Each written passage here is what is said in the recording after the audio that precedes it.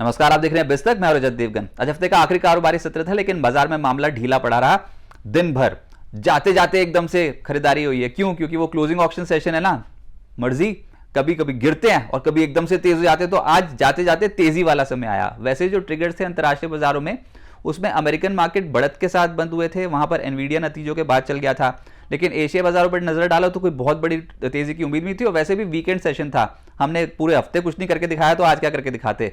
लगातार 3 हफ्ते हो गए हैं बाजार पर दबाव है, और वैसे भी ट्रिगर्स की कमी है हमारे पास। ऊपर से वो ओमान और ईरान के बीच में हॉर्मूज को लेकर डील हो गई, बंटवारा कर लेंगे, जो भी वहां से कमाई होगी। डोनाल्ड ट्रंप देखते रह गए। डोनाल्ड ट्रंप कुछ भी नहीं कर पाए इस पूरे एपिसोड में। और सैंक्शंस चाहे उन्होंने ईरान की एंटिटीज पे लगा रखी हो, लेकिन बाजार समझ रहा है कि अभी कुछ कर नहीं पा रहे हैं ढंग से। और ऊपर से चाइना वालों के साथ बैठक भी करेंगे।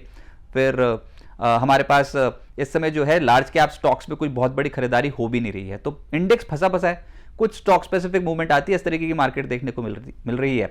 और अभी के तौर पे आज के दिन की जो ओपनिंग हुई वो 24,122 के लेवल की हुई थी। फिर फिसल पट्टी शुरू हुई तो 24,076 तक पहुंचे थे। लेकिन ये जाते जाते जो फिर से खेल हो गया ना आज, उसमें दिन भर का जो नेगेटिव सेंटीमेंट था वो थोड़ा थोड़ा पॉजिटिव नजर आएगा आपको। तो आज के दिन की जो क्लोजिंग आई है वो 24,175 के लेवल की आई है। 84 अंकों की बढ़त के साथ निफ्टी बंद हो गया, लेकिन ये सही तस्वीर नहीं है। दिन भर देखते तो बाजार पे थोड़ा दबाव ही ज्यादा देखने को मिल रहा था। निफ्टी बैंक 57,496 के लेवल पे बंद हो गया 13 अंकों की गिरावट के साथ। और सेंसेक्स 77,264 के लेवल पे बंद हो गया 330 अंकों की बढ़त के साथ। निफ्टी के 30 शेयर चढ़े, 19 शेयर गिरे, एक बिना बदलाव के बंद हुआ। और ब्रॉडर मार्केट्स पे 1,917 शेयर चढ़े और 1,560 शेयर गिरे। लेकिन आप चार्ट्स के माध्यम से समझिए हो क्या रहा है मार्केट पे। ये 2 अप्रैल 2026 से लेकर अभी तक की एक ट्रेंड लाइन है, जिसको हम फॉलो कर रहे हैं लगातार। आप लोस कनेक्ट कर लो इन स्विंग्स के, और आपको पता लगेगा कि लॉन्ग टर्म ट्रेंड लाइन को कितना ब्यूटीफुली रिस्पेक्ट कर रहे हैं। और अभी भी क्लाउड सपोर्ट और जो ट्रेंड लाइन सपोर्ट को हम होल्ड करने की कोशिश कर रहे हैं। अब पिछले 8-9 ट्रेडिंग सेशन से ऐसे बाजार फंस के रह गया है। बुल्स और बियर्स के बीच में इतनी तगड़ी टक्कर हो रही है, कभी ऐसा लगता है कि ये ट्रेंड लाइन टूटेगी, बहुत भयंकर तरीके से नीचे जाएंगे। फिर कुछ ऐसा हो जाता है, निचले से हो जाती है खरीदारी, तो ऊपर पिटते हैं, नीचे खरीदारी होती है। ऐसे वाला चार्ट स्ट्रक्चर बना हुआ है। और ये सिर्फ निफ्टी का हाल है। अगर आप मिड कैप स्टॉक्स में देखोगे तो वहां पर बहुत ही धुआंधार चाल देखने को मिल रही है। तो यहां पर ये पता लगता है कि 24,000-24,050 का बहुत अच्छा सपोर्ट बाजार लेकर चल रहा है। और ऊपर 24,350 के लेवल के ऊपर जाने में अभी अड़चन आ रही है। हो सकता है ऐसा कुछ और टाइम कंटिन्यू रहे, लेकिन उसके बाद एक तरफा चाल जरूर बनेगी। तो आप बस काउंटडाउन ही लगा लो, कुछ ना कुछ तो होगा बाजार में बड़ा इन स्तरों पर। देखते हैं। हम तो नजरें टिकाए बैठे हैं क्रूड ऑयल पे कि वहां पर अगर गिरावट आ गई तो फिर इक्विटी मार्केट के लिए कुछ हेल्दी साइंस निकल के आएंगे। होता है तो ठीक, नहीं तो बाजार थोड़ा फंसा रहेगा। अच्छा, आज जो हुआ अचानक से बताओ, आईटी स्टॉक्स कैसे चल गए? आईटी स्टॉक्स तो किसी के रडार पर भी नहीं थे। अगर आप पिछले 10-11 दिन देखो तो आईटी स्टॉक्स पर किसी की रिकमेंडेशन ही नहीं थी ना। आज के सत्र में एकाएक चल गए। पूरा आईटी इंडेक्स क्या भागा, 3.5% तो निफ्टी आईटी इंडेक्स ही ऊपर था। और निफ्टी के टॉप गेनर्स में टीसीएस, टेक महिंद्रा, इन्फोसिस, एचसीएल टेक, विप्रो 2.5% से 4% की तेजी इन स्टॉक्स में देखने को मिली है। टीसीएस जैसा स्टॉक आज के सत्र में 4% ऊपर है। ये तो निफ्टी के गेनर्स है। मिड कैप की सूची तो इससे भी बड़ी है। मिड कैप आईटी स्टॉक्स में धुआंधार चाल देखने को मिली। फिर निफ्टी लूजर्स में ICICI bank, Shriram finance, ITC, UltraTech और एशियन पेंट जैसी जो कंपनी है, ये स्टॉक 1% से 1.5% गिर गए। एफएनओ गेनर में एक कंपनी आई एथर एनर्जी, क्योंकि हीरो मोटोकॉर्प ने हिस्सेदारी बढ़ा ली ऑल टाइम हाई लेवल पे। रिटर्न 7.5%। ये तो वायदा कारोबार पे कल ही जुड़ा था। आज हीरो मोटोकॉर्प की खबर आई कि उन्होंने हिस्सेदारी बढ़ा ली। बताओ, ये स्टॉक और तेज हो गया। फिर कोफोर्ज आईटी स्टॉक का तो जलवा था, 6% ये ऊपर। एलटीएम 4.5% ऊपर। केपीआईटी 4.5% ऊपर। सेजिलिटी एक और नया एंट्रेंट है एफएनओ में, और ये भी 5% आज ऊपर था। एफएनओ लूजर्स में टीवीएस मोटर, बीडीएल, कल्याण कुंज ज्वेलर, पेटीएम और श्री सीमेंट 2% से लगभग 3% गिर गए। मिड कैप्स का ही खेल हो रहा है। मिड कैप की मार्केट है। और अभी देखो मैस्टेक, एक दिन का रिटर्न है 18% का।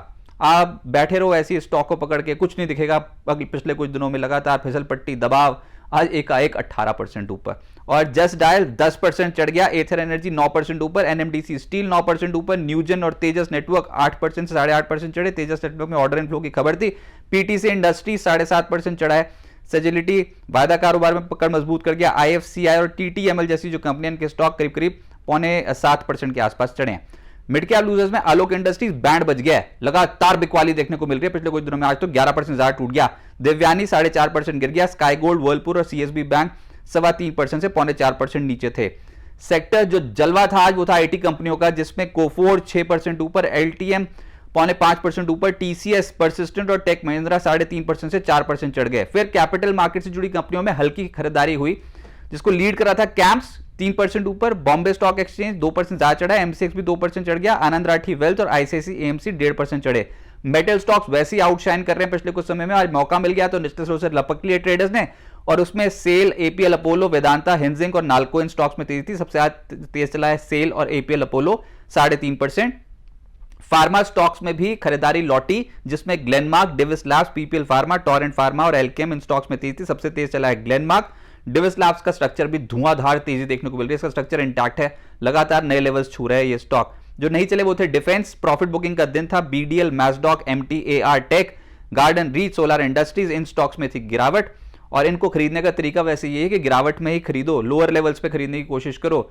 टेक्निकल कॉल्स के भरोसे बैठे रहोगे तो डिफेंस में कोई बहुत बड़ी कमाई नहीं होती है, लोअर लेवल से पलटते हैं ये स्टॉक। अच्छा, एफएमसीजी में Emami, Varun beverages, ITC, Colgate, Godrej consumer, इनसे कुछ हो ही नहीं रहा है, ये लगातार टूट ही रहे हैं, तो अभी भी ये दबाव में रहे। अब आगे क्या होगा? डोनाल्ड ट्रंप ने बोला कि ईरान से बातचीत दोबारा शुरू करने की कोई भी हड़बड़ी नहीं है। अब उन्होंने ये बोलना शुरू कर दिया। पहले तो कह रहे थे कि फोन कॉल आती है, कुछ कोई ना कोई तो मेरे से बात करने की कोशिश करता है, लेकिन अभी ये बोल रहे हैं कि हड़बड़ी नहीं करेंगे। तो हो ये रहा है कि दिल टूट गया। हुआ ये है कि कमाई जो थी हॉर्मुज की, वो उस पर जो हक जता दिया है ईरान ने और ओमान ने। और डोनाल्ड ट्रंप बोल रहे थे नक्शा खींच के कि ये तो मेरा हिस्सा है, अमेरिका का हिस्सा है हॉर्मुज, तो कुछ कर भी नहीं पाए अभी। और ऊपर से ईरान ऐसा अड़ा पड़ा है ना कि वो डोनाल्ड ट्रंप की ना कोई बात मान रहा है, ऊपर से शर्तें और रख रहा है हॉर्मुज को कंप्लीटली खोलने की। अभी भी हॉर्मुज पूरी तरह खुला नहीं है, ईरान ने बोला है, लेकिन शर्तें रख रहे हैं, कुछ ड्राफ्ट कर रहे हैं, कुछ ऐसी शर्तें। अब डोनाल्ड ट्रंप को वो शर्तें पढ़नी पड़ेंगी, देखनी पड़ेंगी, ऐसी वाली चीज़ हो गई है। तो दिल तो टूटा है, तो उसका असर कहीं भड़क भुड़क गए तो उसका असर क्रूड ऑयल की कीमतों पे आ जाएगा। अभी तो $87-88 के आसपास कर रहे हैं ट्रेड, हमने देखा ही नहीं क्रूड ऑयल को सरेंडर होते, इसलिए हमारे मार्केट थोड़े हिचकोले खा रहे हैं इन स्तरों पर। अच्छा, प्रॉब्लम ये हो गई कि हमारे यहाँ तीसरा लगातार हफ्ता था जो बाजार पे दबाव देखने को मिला, लेकिन जो भी खेल पलटता है, चाहे नीचे की साइड या फिर ऊपर की साइड, वो कैश क्लोजिंग ऑक्शन सेशन में ही होता है। हम पिछले 2 दिनों से देख रहे थे क्लोजिंग ऑक्शन सेशन में बाजार नीचे की साइड गया था, अच्छे खासे डिप्स आए थे, लेकिन आज क्या देखा? क्लोजिंग ऑक्शन सेशन में बाजार ऊपर की साइड निकल गया एकदम से। तो ये खेल रिटेल के बाहर की बात है और इंस्टीट्यूशन बहुत बड़ा खेल कर देते हैं, तो उसका असर देखने को मिलता है स्टॉक मार्केट की क्लोजिंग प्राइसेस पे। सोमवार को हमारे लिए ट्रिगर है Q1 जीडीपी आंकड़े भारत में जो शाम को रिलीज होंगे, उसका इंपैक्ट पड़ेगा। सबसे बड़ी कवरेज आप दस्तक पे देखेंगे। और निफ्टी पर लॉन्ग टर्म ट्रेंड लाइन अभी भी इंटैक्ट है, हम लॉन्ग टर्म ट्रेंड लाइन को बार बार टेस्ट कर रहे हैं, जो कि 2 अप्रैल से लेकर अभी तक की ट्रेंड लाइन है, उसको नहीं तोड़ रहे हैं। इसके नीचे गए तो फिर तो लेने के देने पड़ जाएंगे, लेकिन यहां पर बुल्स और बियर्स के बीच में तगड़ी टक्कर होगी। और लार्ज कैप शेयर्स में अभी खरीदारी नहीं लौट रही है, तब तक निफ्टी फंसा फंसा रहेगा। Mid cap counter specific action रहेगा। फिलहाल 24,350 के लेवल के ऊपर जाने में दिक्कत हो रही है, तो आप यही समझ के चलो जो रेजिस्टेंस लेवल आएंगे वो 24,280 से लेकर 24,350 के होंगे, और जो सपोर्ट लेवल्स आएंगे वो 24,120 से लेकर 24,050 के होंगे। और हम बार बार ये 24,050 और 24,100 वाले जोन को कहीं ना कहीं टेस्ट करने की कोशिश कर रहे हैं। देखते हैं रिकवरी आती है कि नहीं, यू टर्न मारता है मार्केट के लिए, उसके लिए कोई बड़ा ट्रिगर चाहिए। या तो डोनाल्ड ट्रंप कुछ अच्छा बोल दें तब, नहीं तो फिर हमारा कुछ घरेलू ट्रिगर्स कुछ ऐसे बन जाए, एकदम से इंस्टीट्यूशनल एक्टिविटी बन जाए, शॉर्ट कवरिंग हो जाए, तब बाजार चलने को तैयार होगा। लेकिन ये मेक और ब्रेक लेवल है, तो यहाँ पर थोड़ा सा कॉशियस रहें, लेकिन सिस्टमैटिक इन्वेस्टमेंट करेंगे तो ये फेज भी पार हो जाएगा।